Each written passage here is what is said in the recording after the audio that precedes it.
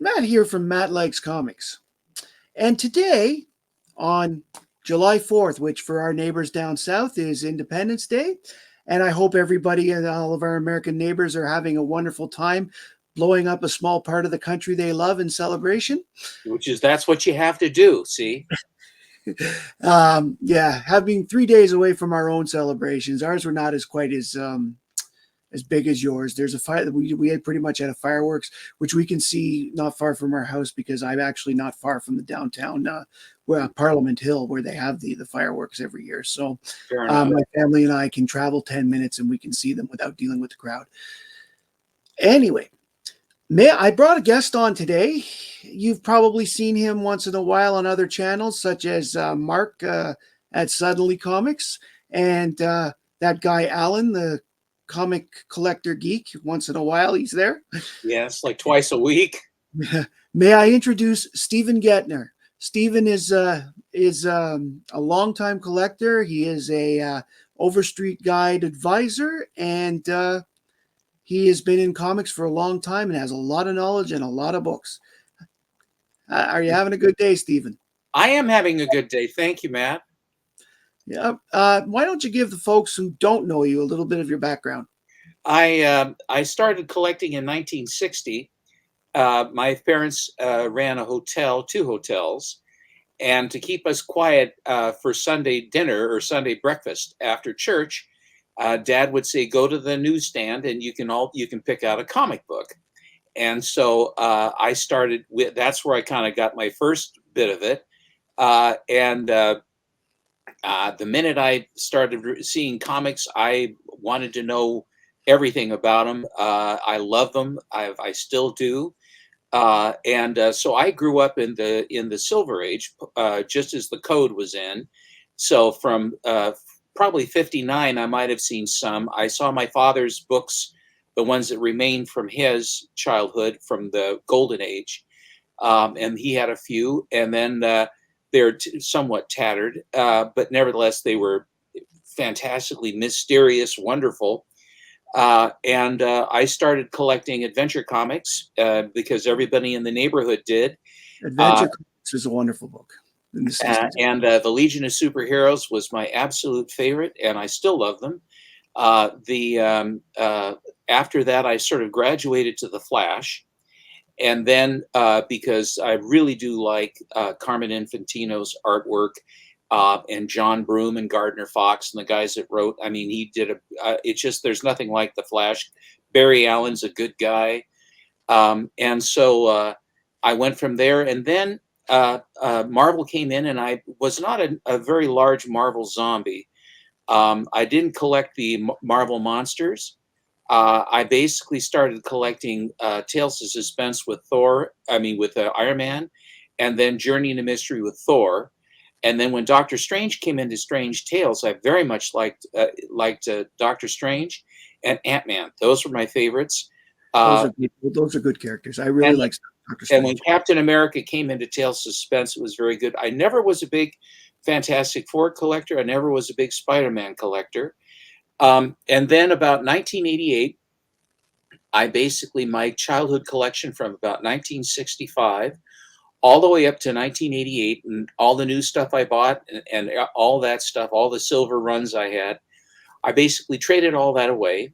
And then I basically had an enormous trade credit, and I started shopping at this advanced collectors dealers store, wherein I got a whole bunch. I was introduced to Alex Schomburg, and so Schomburg became number one on the hit parade.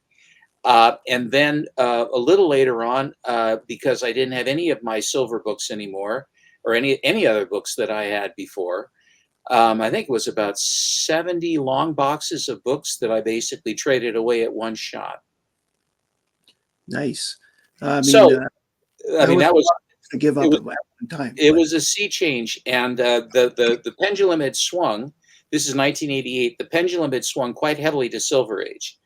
And so my timing coming in for the Golden Age was quite good. So then following that, since '88, then I started to rebuild silver, but only the titles that I really liked, because I really had gone to every title I could find, and I was a completist. And the grades that I would sit still for would be fine, but back then it would be like VG fine. If I could get one nicer, I would, but there were a lot of books that I never saw. My access to books was not as great, and so, and I didn't have the money, and so of course, you do what you have to do. Mhm. And so when I rebuilt my Silver Age, I rebuilt because I was into my earning years. I was able to then build my Silver Age collection in very high grade. And I always approach this that I try to you buy the best that you can find and afford. And that way, then you don't have to continually have the upgrade game, which is a bird. And then what I also found is by the 90s, I had some very nice books, golden age books, that I sold and I made a good chunk of money. But when I tried to go out and replace them, what I found was that I could not replace them for the money that I sold them for. And I basically I stopped selling. And so that's sort of my story in a nutshell. Mhm. I was a writer to the comic book marketplace in the 90s, where my name basically got out. And I was one of the for I think about 36 issues of the comic book marketplace from about issue 7 or so, specializing in comic books having to do with the golden age. And then after the when I my biggest claim to fame is that in 1986, no, in 1988 or so, I bought a Fair 39 from this dealer, and he had indicated that he thought that people had conjectured that the first appearance of the Sandman was in Adventure Comics, or was not in Adventure Comics number 40, but was actually and indeed in New York World's Fair of 1939. There was no internet, there was none of this, there was no social media, there was nothing. So everything was done by telephone and letter.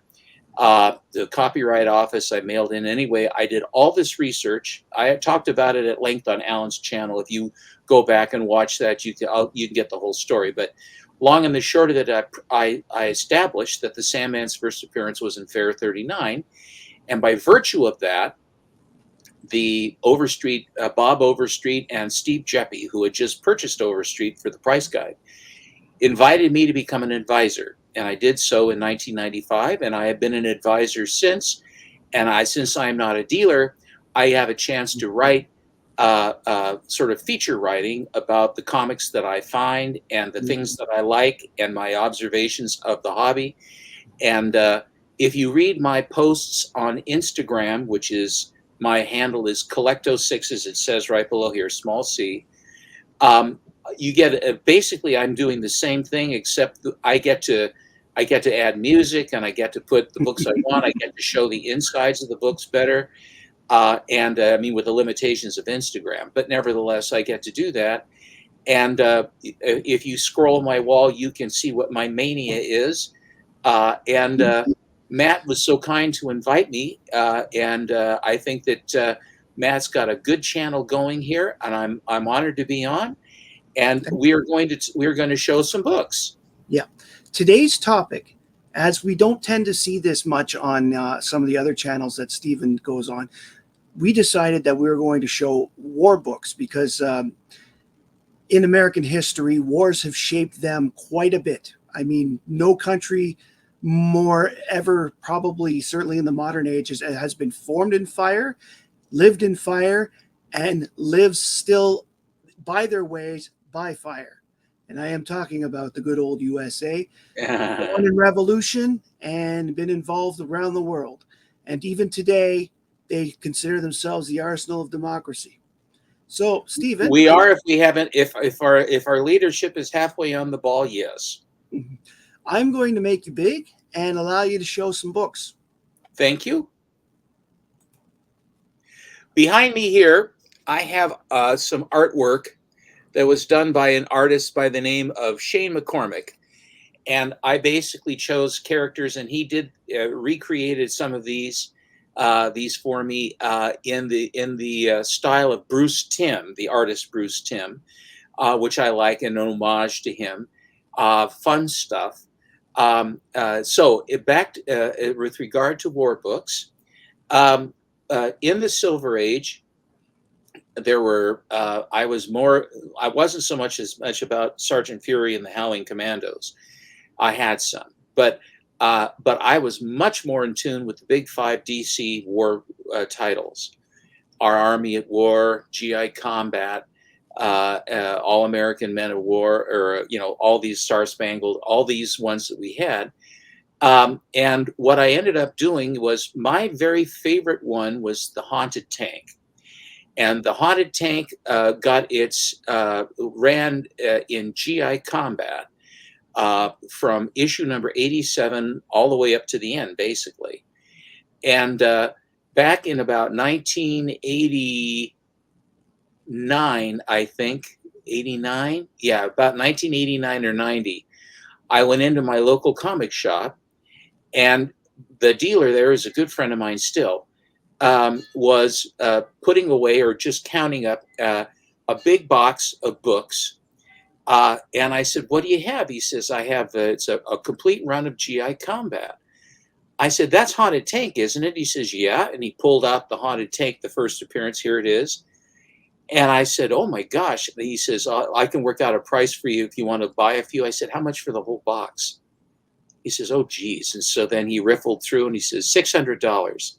And I said, "Done." And I've had them ever since. And I so like the Haunted Tank too. the Haunted Tank is great. I like the Stewart tank. I like the whole everything about it. And Bob Kanigher is the name of the guy that was the writer. And Mr. Kanigher did a lot of work for DC, but he was pretty much the person that they would go to for war stories. Yeah, his other Also, big one was Wonder Woman.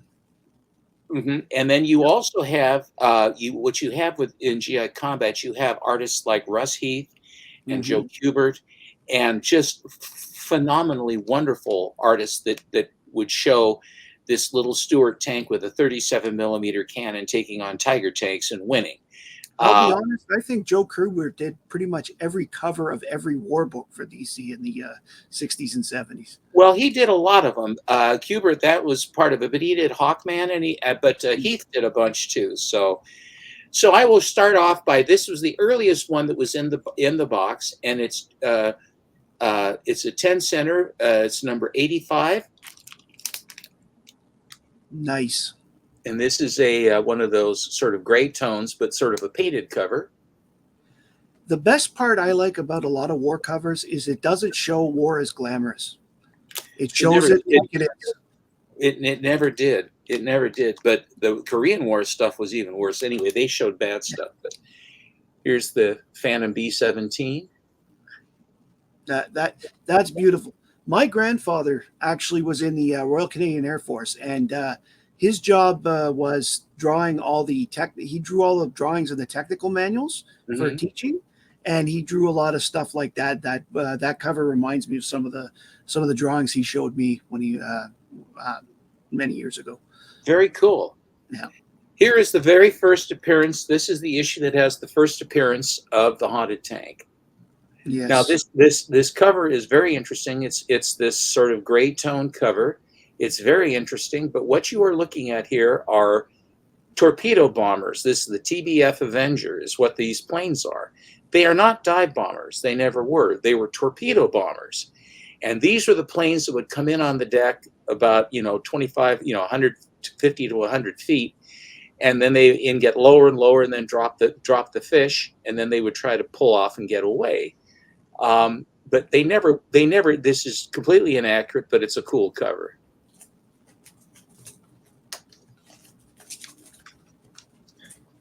Why have one when you can have two? Nice. Here's the second appearance of the Haunted Tank. This is issue number 88. That is a very powerful cover. And another one. This I wanted to have two of nicer copies of both the first and second appearance of the Haunted Tank. Here's issue number 89, the third appearance.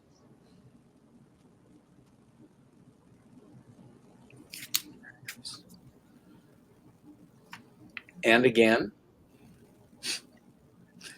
Again, very nice, and what I like there is the color, the coloring, because you've got the dark background, and it's all green, which almost looks like it's coming from the flame of the rifle, Hmm.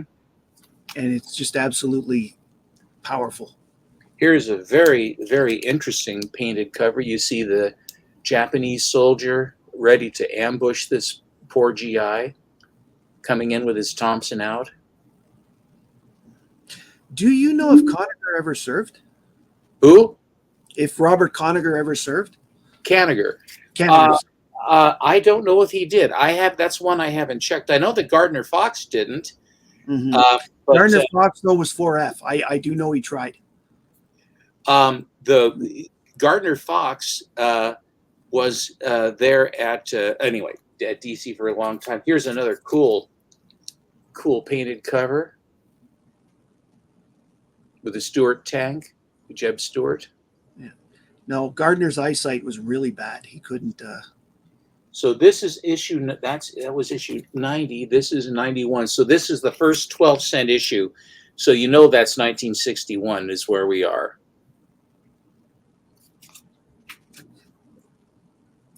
Again, the browns are very powerful. Here's another one.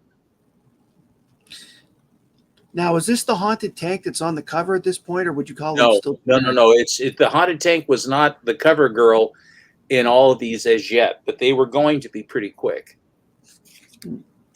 They were still showing other stuff. So this is very indicative of how the haunted tank was portrayed for a long time. This is much more the format and the artistic style. But the thing about the planes were drawn completely accurately. The tanks were done exactly accurately. That's a really good looking Zero.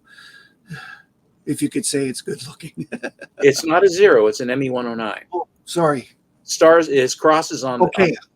I can't see that detail. It looked like red dots to me. Sorry, Okay. that's all right. That's fine. I don't think that the haunted tank took on the Japanese so much. They were more against the Nazis. He was in Europe, yeah.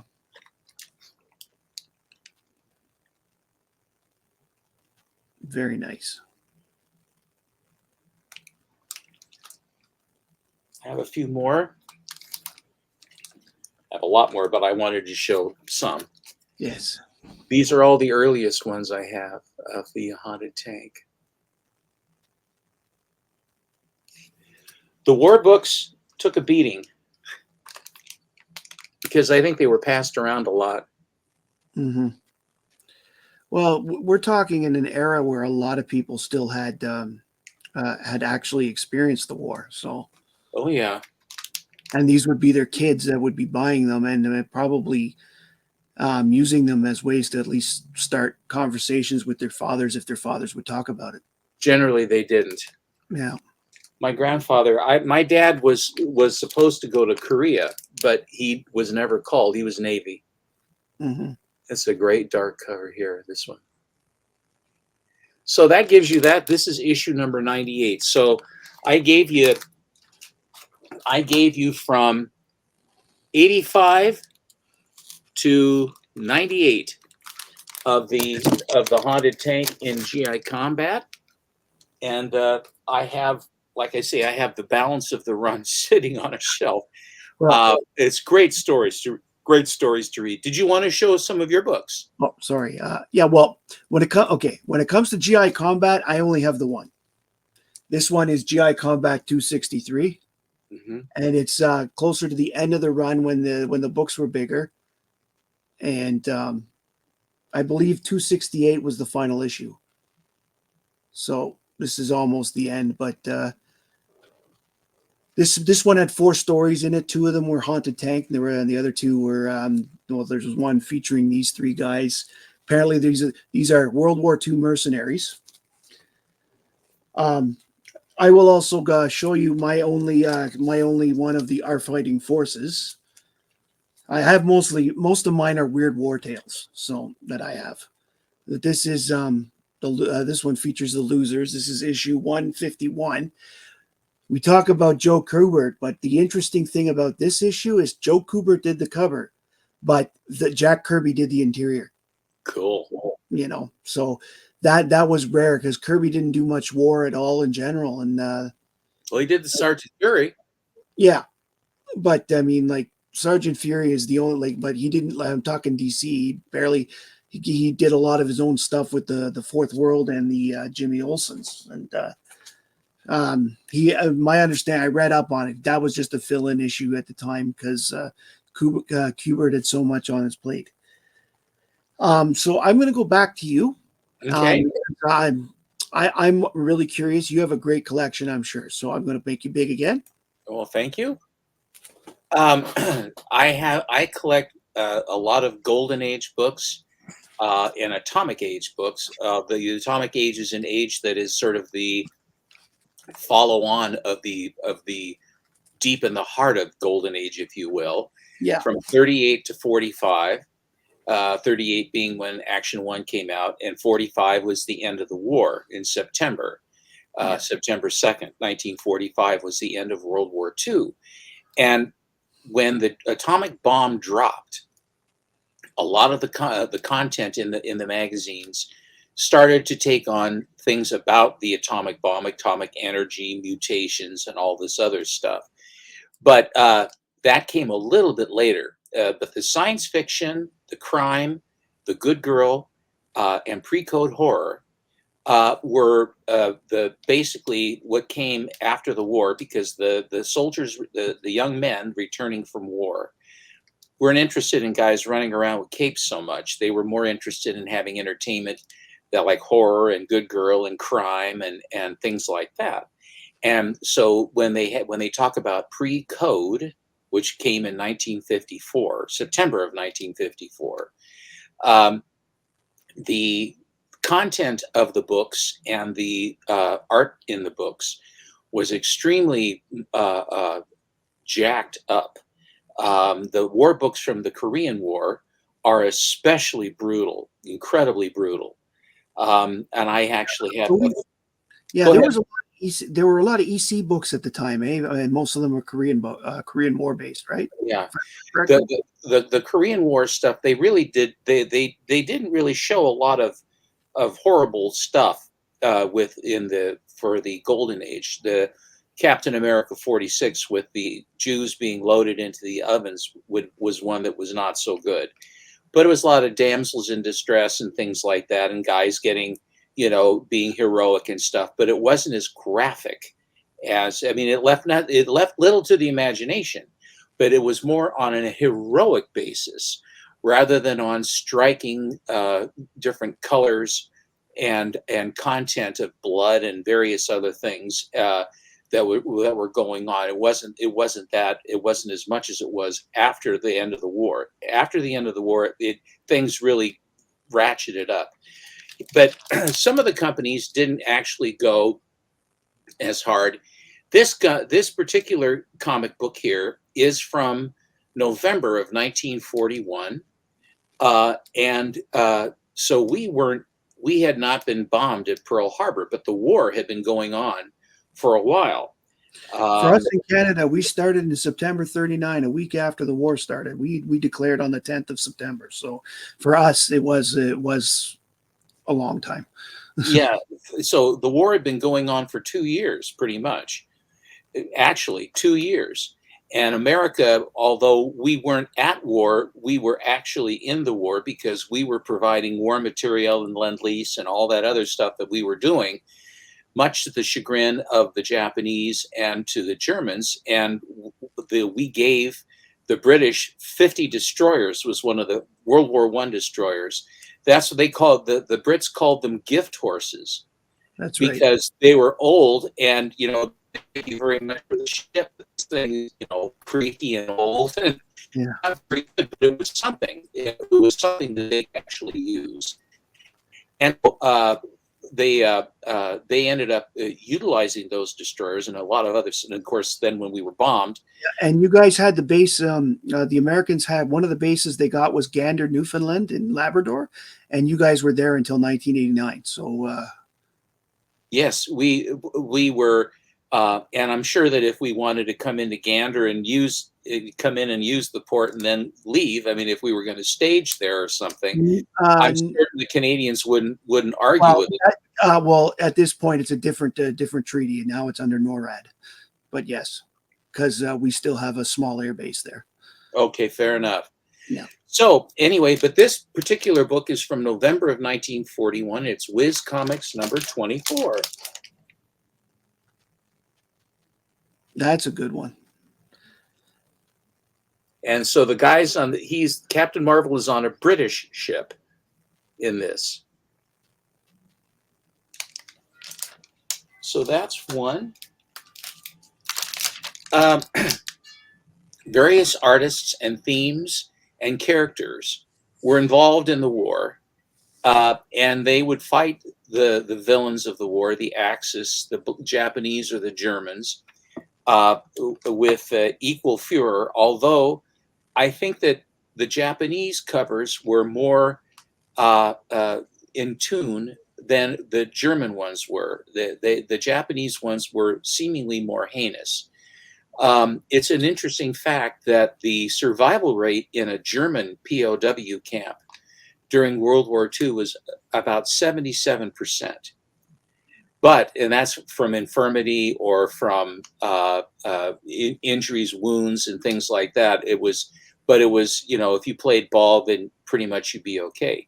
The Japanese survival rate of their prisoner of war camps was 30%, because the Bushido Code said that you lost face and you didn't deserve to live. And they were brutal to our men. And when you read the stories of what happened when Corregidor fell and the Bataan Death March and all of the things that the Japanese visited on us.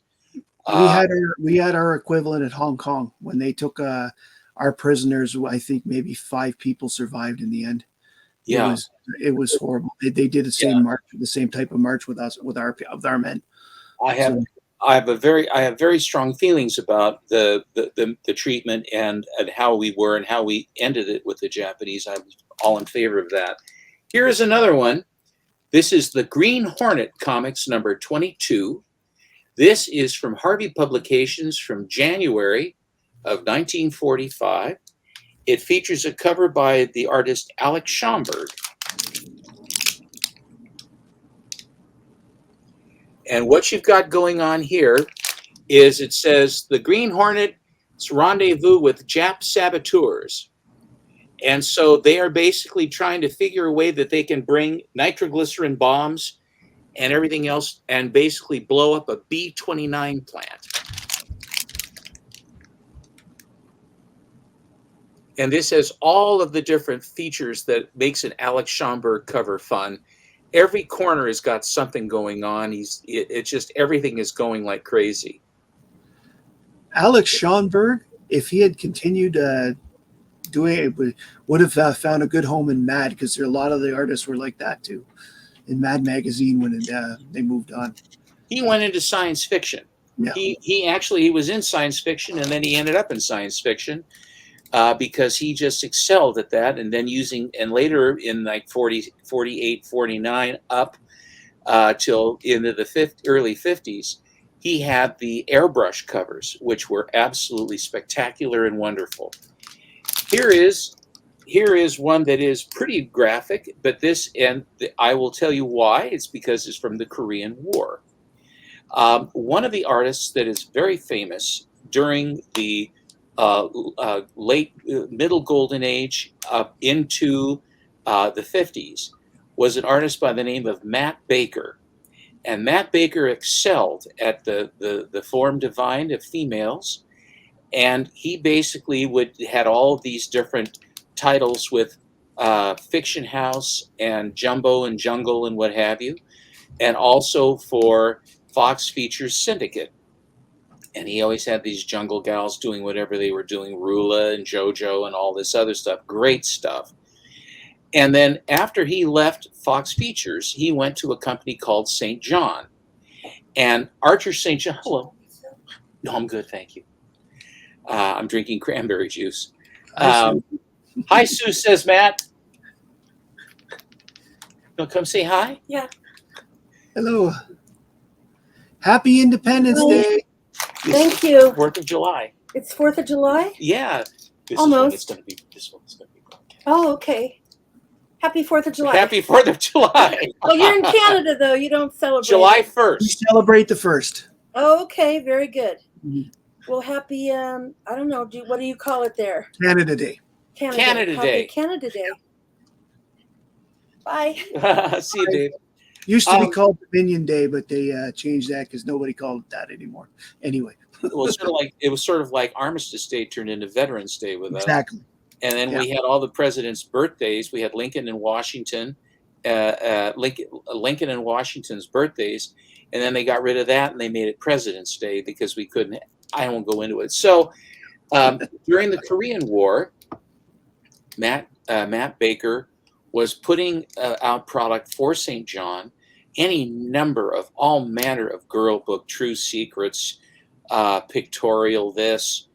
There are a whole slew of different of titles that he worked for there for Archer St. John Jr. was the name of the head man at St. John, Archer St. John.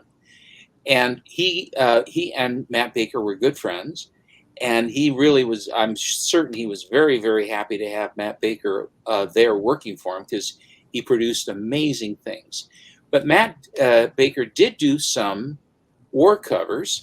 And here is one that is one of his more infamous ones, where he is showing, as I said, it's a little bit more graphic than the World War II type books.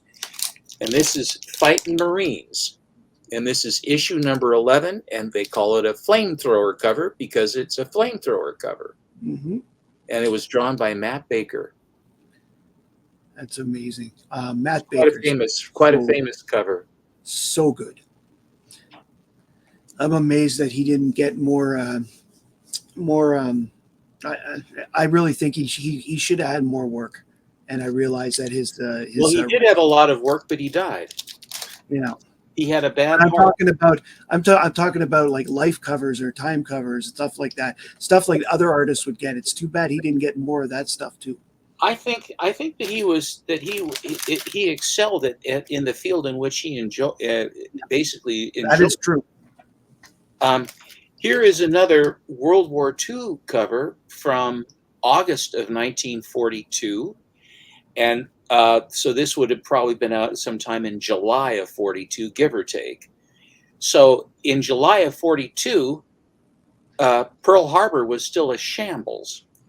And my mother grew up in New Jersey, and my mother was deathly afraid of Nazis because of the convoys that were leaving from the East Coast and the wolf packs of U-boats that were offshore that would basically shoot and torpedo these craft, these tankers and troop ships and everything else. And my mother worked at a summer camp there on the New Jersey shore. And when these things would happen, they could see over the horizon these explosions from these ships being sunk as they ran the gauntlet from these long-range German U-boats to get across to both England and France, and then later on Russia, when Stalin changed his mind about being a Nazi or being associated with the Nazis. And so on the West Coast, my father said he was extremely uncomfortable about the Japanese because we had been hit at Pearl Harbor and our fleet was decimated. And so the entire West Coast of the United States was very concerned about invasion because this was a very British Columbia too. Yeah, very. And the issue at hand was that one of the only states that was fired upon in World War II was Oregon. As you know, Hawaii was not a state during the war. But Oregon was shelled. We had a fort called Fort Stevens, which is just a little bit north of Seaside, where the beach we go to. My son lives in Astoria, and that's just a little bit further up onto the river. But Fort Stevens was shelled by a U-boat during the war, and so it was really quite something. So Their submarines were good at getting in too. We've got when I was at our war museum, we saw a piece of a sub that they managed to get just off of Vancouver Island. So they were coming everywhere. yeah, they were. It was a scary time. And of course, the Japanese, sometimes their battle plans were a little bit too convoluted and complicated. They liked it that way, though. They did that way. They wanted to have a feint to basically draw attention away from the fact that they were going to attack Midway Island, which was a very large battle and of course, we need air bases so that we could bring our bombers closer to Japan to nail them. And Midway was a big thing, and by that time we'd cracked their code, and the decoders came up with a thing. They said they wanted to be sure that Midway was where the action was going to be, where all this activity was, where was it going to be directed by the Japanese. So they said that on Midway, they said, we need more water purification because our water purification machines have broken and we're running low on water. And so please send those as soon as possible. And the Japanese they bit at the red herring.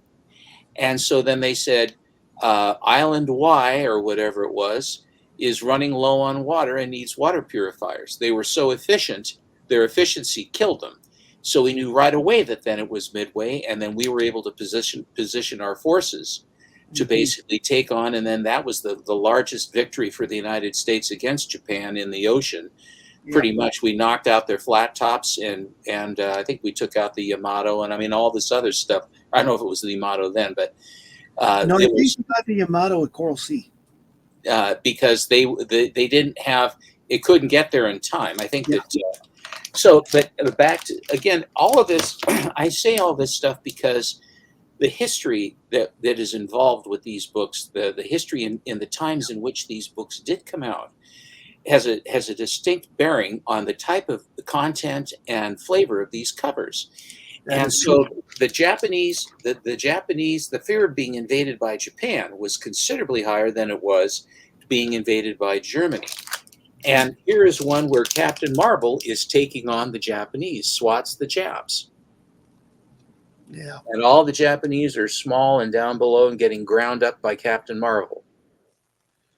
But this was shortly after Pearl Harbor, and this is probably one of the greatest propaganda covers by Fawcett. Fawcett had quite a few really good ones, but this is a particularly good one where he's towering above them.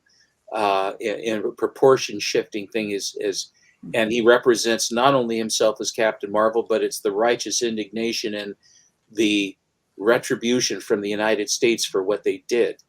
And this is on these earlier Fawcett books, you'll see that triangular inverted triangle with the 10-cent mark on it. They call that the black triangle time.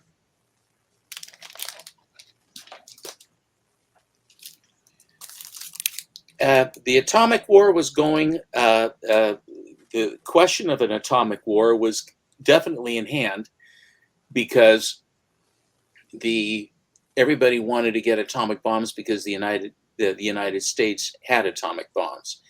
The Japanese thought that their supply network said we didn't have enough uranium-235 to do a lot of atomic bombs, and so when we dropped the one on Hiroshima, that was a uranium-235 bomb. And they were absolutely right. We didn't have an awful lot of uranium-235. It took almost all we had to build that first bomb. Unfortunately for them, we figured out how to make plutonium. And plutonium was used in the second bomb on Nagasaki. They thought they could basically hold everything that they had gotten. And if you ever watch the series World at War, with Laurence Olivier as the narrator, they talked to these people. And they talked to some of the people, one of the guys that was in the cabinet of Japan, and he said, and he wasn't a peacenik, but he knew that they knew that the war was going to end. The soldiers, the Tojo and his factions did not want to surrender, and they said, we have to surrender because they're going to glassify our country. And so they fought as hard as they could to sue for peace before the atomic bombs dropped. And the Bushidos, the militarists that were in charge of their council, basically stopped them, and Hirohito went with them on that. So, but the thing, the specter of an atomic bomb was always there. And here is an atomic bomb cover, and this is Atomic Attack, and this is Atomic Attack number 5. That's a very powerful message there. I mean, I grew up in the like 70s and 80s, and the Soviet threat was still pretty big. So I remember we had to do those drills once in a while with the air horns and the hiding under. We didn't hide under desks as much then, but we because by then they figured out it doesn't matter if you're hiding under the desk; it just means you're going to closer to the ground. Well, we had a lot of that when I was a kid in school. We had to get under our desks. We had to hide in reinforced buildings. We had to do all this stuff, and I was very concerned. We had a fallout shelter down by our house, up by our house, where it was underneath the street, concrete, and they had a door, and they had water, and they had supplies in there, and all this stuff. So in case the bombs were going to be dropping, we were supposed to go there. And I was so afraid about that. Asked my dad, I said, gosh, Dad, do you think there's going to be a nuclear attack? And he was reading the evening newspaper, and he lowered it down. He says, well, Stephen, you don't have to worry about it. They're not going to drop the bombs on us here. I said, are you sure? He says, I'm pretty sure, because Portland is a useful port. And they don't want to wreck the port. So what they'll do is they'll drop these bombs probably 20 or 30 miles east of us, or west of us, and then they'll just let the fallout come in, and we'll all be killed that way instead. Then he lifted up the newspaper and continued to read. I'm going like this. Yeah, we have the complete. I said, thank you, Dad. Growing up in the nation's capital, it's a little more. Well, Seattle would have been the Seattle would have been the area, because there was so much military and communication up there, and also they would have hit Vancouver, San Francisco, because they're population centers. Yeah. Because they wanted to get as much bang for their buck. I'm going to do a couple books now, and then we'll go back to you, and we'll go back to you to finish up. Okay. I'm a big fan of The Unknown Soldier. Here's Star Spangled War 153. It's the earliest one I've got of him. Now, I don't have a lot of the actual floppies, but I do have the Unknown Soldier books, like the collections. The showcase collections. I really like him. I think he's a great character. Here is Unknown Soldier 225, closer to the end of the run. I think this only went into the 250s. I think by 1982, because that's the year. You want to hold the book still. You want to just back up and just hold. I'm just trying to get the glare off first. Once you got it, just hold still. That way, then they can see it. There you go. Yeah, there we go. This is an interesting one. I just read it again today, waiting for this. He's got to arrest this general. Turns out the general has a twin brother, and he's the traitor, because they're accusing that general of being a traitor. It turns out he has an identical twin brother who he thought was dead and was a criminal at heart. So he was impersonating the general for the Germans. And here is the biggest villain of the war on the cover. This is Unknown Soldier 228. And the war book. Who is he decorating? I don't remember. I just know there was some sort of fun somebody in the book. Well, is he? It looks sort of like Clemenceau or something, doesn't it? It's possible. I'd have to open it up to look, but a lot of the German people, they didn't use the real German guys, because they killed a lot of them off before their time, so to speak. Mm-hmm. A lot of the Unknown Soldiers missions were to kill enemy generals and capture people and stuff, so they didn't use a lot of the real names.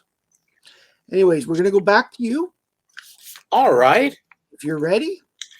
I'm Red Eye. All right. I'm going to make you big again. Fair enough. This is from the fall of 1941. So this was prior. This is prior to the war for us, for America's war, direct war. And this is again from Fawcett. And this is the first time that Fawcett had all of their regular heroes appear together on one cover on a 100-page annual. And there was a 15-cent book. Nice. I particularly like that they got Bullet Man, and it was that Captain Spot. No. Okay. The Spy Smasher. Spy Smasher. That's it. Yes. Yeah, and the two guys, the guy with the red and white striped shirt and the guy that's red with the gold cape, are Mr. Scarlet and Minuteman. Minuteman is the guy with the red and white, and of course Mr. Scarlet is the one that had the sidekick Pinky, right? I think so. I think you're right. I'm not that familiar yet with Fawcett per se. I know a bit of the Marvel family, but I don't have any Fawcett books. And I let a couple cheap ones go that were in good shape too. And Alan was like, "You should get them." And I'm like, "I've only got this much money." He's like, "So worry about it later." Well, Alan tells me he doesn't have any money. Yeah. Well. Okay. So anyway, here is one of the best propaganda covers I think I have. It's one of my very favorites. This is American Air Force's #2 by Wise Publications, and it was November, December of 1944. And in this book, this cover was basically produced by, I believe it was Ogden Whitney, and Charles Quinlan, who did a lot of the Catman stuff. Right. Charles Quinlan were involved, and they got together into Wise Publications. I think they did patriotic stuff. I don't know if they were not bound by being able to shift to a different company. But nevertheless, this is a great, wonderful propaganda cover. Wow. That is absolutely to the point, isn't it? It's a very, I particularly like how they made they put the, I guess that's Japan there, Yeah. and they put the guy on there, like, larger than life, but look at all those planes swatting at him, and eventually they'll overcome them. Uncle Sam's down there in America as the planes are all coming from America. That's Hirohito. Yeah. Yeah, it looks a lot. I mean, like, that's what I don't understand. Hirohito, for a guy who ran the country, didn't really run the country. So No, he was a god, and he called the shots, but he didn't call all the shots. Yeah. So, and the last one I have from Golden Age, then I have some more Silver Age to show, and Awesome. we'll wind up on silver if that's all right. That is perfect. Okay, this is a book from December of 1944 and January 1945. And it's adventure comics, and you were talking about Jack Kirby here a while ago. And in adventure comics by this time, the Sandman had changed because he was from Craig Flessel's version of him. Actually, the first version of him was Bert Crispin. And Crispin died in the war. And I also explained that whole story in the piece I did with Alan. So if you want to watch that, I go through the whole story of how the Fair 39 and Crispin and all that. I won't do it here. Yeah. But so this is issue number 95 of Adventure Comics. And it's a Jack Kirby and Joe Simon cover. And it has Sandman and Sandy coming in on both a Japanese and German generals. Very high grade. It's an 8.5. It's funny that on American war covers, the Germans and the Japanese are together a lot when in real life they barely ever met. But for our purposes, the Axis was the Axis. Yeah, exactly. So those. Did you have something else to show, or would you like me to go right into silver? You go right into Silver Age. You go right. All I've got basically left is Weird War Tales, and that's more of a horror war thing. So I have you on. I'm going to take advantage. Well, it's not an. I'll tell you, it's no hardship at all. It's a pleasure to be here with you, Matt, and show stuff on our a celebration of our Day of Independence from your aunt or uncle over there in Blighty. I probably have more American relatives than I do in Britain. So Here is a book. This is All American Men of War. And this is a really cool book. They had a character that they brought in. They had the enemy ace. I could have shown enemy ace, but I've shown them before. Enemy Ace is one of my favorites too, and he was Okay. But I wanted to regale you. I will get to the enemy ace. That's what I'm awesome. going to do. Here was the Balloon Buster. This is the first appearance of the Balloon Buster. And he was in the First World War. His name was Frank Luke, and he ended up basically crashing his plane and using his 6-gun revolver until they took him out in a French the Germans got him. They shot him down, but they called him the Balloon Buster. And they had him with a cowboy hat, and as Kubert would draw him, he looks very sanitary here, but they gristled him up pretty good from there on. Mm-hmm. Here is actually a very rare book. This is Our Army at War, #1. I am very impressed. That is at least 80 issues before Sergeant Rock. That is great. That is an amazing book in general. What were the stories like before Sergeant Rock? I haven't read much.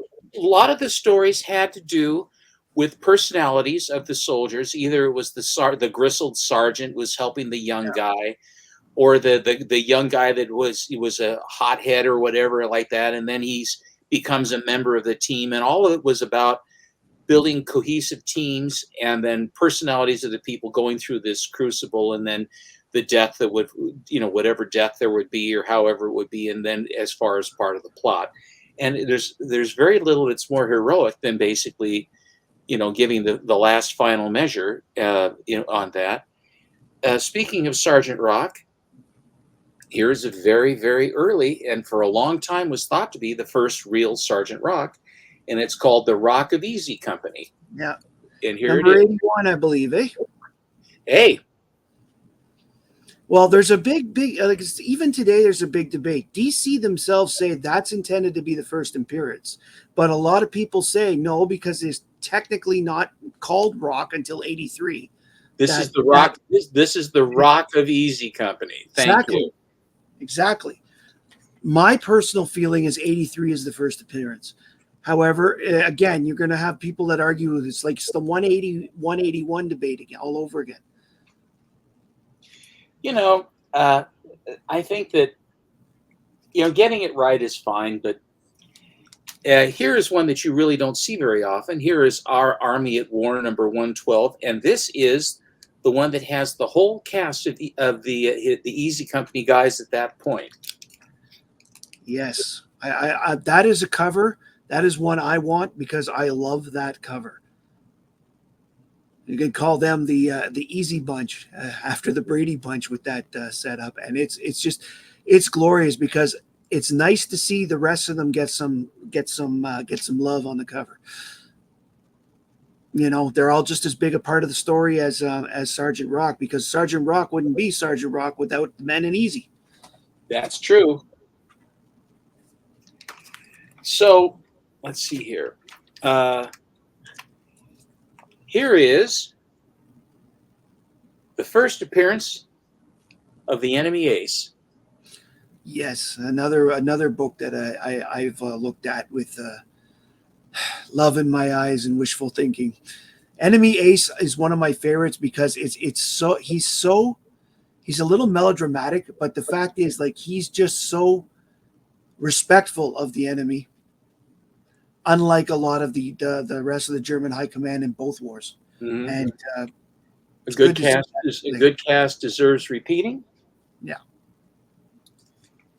and so it goes. 3 of them. They're all probably 8.0 or minimum, eh? Well, they're pretty good. That's issue number 151. Now, uh, now that's our Army at War, and then our Army at War then shifts. I'll show the last Armies at War I have. Here's one with Sergeant Rock. Just a great cover. Because for those that don't know, this ends up becoming Sergeant Rock with issue 302. Here's another really nice one. Very distinctive, very much, very cute. I love the coloring. I love the coloring on the name there. The red, white, and blue always looks good together.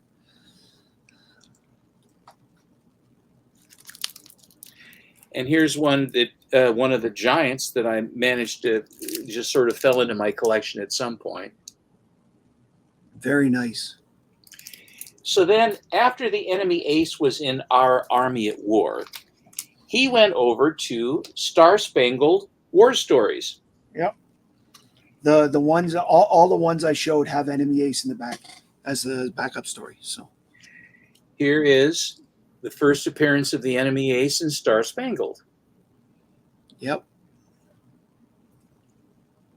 That's actually the cover of one of the collections I've got. 138. That's number 138. Here is number 139. Yeah. That's such a beautiful. There is a guy who actually flies one of those old Fokkers around here quite often. I get to see it from my backyard a lot. He flies a Fokker? He flies a Fokker. It's one of the old ones. It's restored and everything. Well, in other words, it's a recreation of a Yes, Fokker. it's not. Yes, but I mean, like, Because apparently he's got some original parts to it, but it is mostly a recreation. which Fokker is it? Is it a triplane or is it a DR7? It's the DR7. Okay, that was probably one of the best fighter planes of the war. The DR1 was the triplane. Yeah, it's definitely in England. They've got guys. They build them. They fly them Sopwiths and all that other. So they still fly them around. It's great to see those things. Yeah, there's a joke. Sitting there, we'll be just sitting in my backyard, and then all of a sudden he'll fly over. There's a joke, but you're a family operation, so I won't say it. Okay, here is issue number 140. Very nice. Hangman. Here is issue number 141. Very nice again. These are not, Matt, if you wanted to put these together, for example. Yeah, I know they're not overly expensive. They're a good $30-$40 a piece and then good. Well, and good this one was $90 because these are all all like those are in decent shape. They're about $30-$40 a piece. I'd say mid-grade, and that's fine. Here is issue number 142. Have you seen all these, Matt? Yes, I've seen a lot of these covers because I've got. See, as I said, I don't have a lot of the books, but the actual books, but I have collections like this one here. And this is another one that Enemy Ace was in. Sorry, let me just put myself on. This is a showcase collection of Men at War.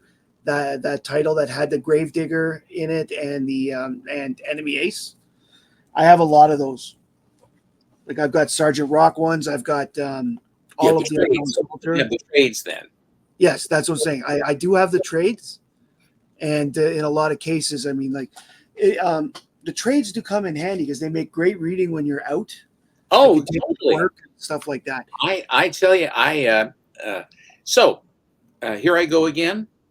Yeah, you got a couple more because we are at the hour mark. So okay, I'll go quick. I'm sure you will.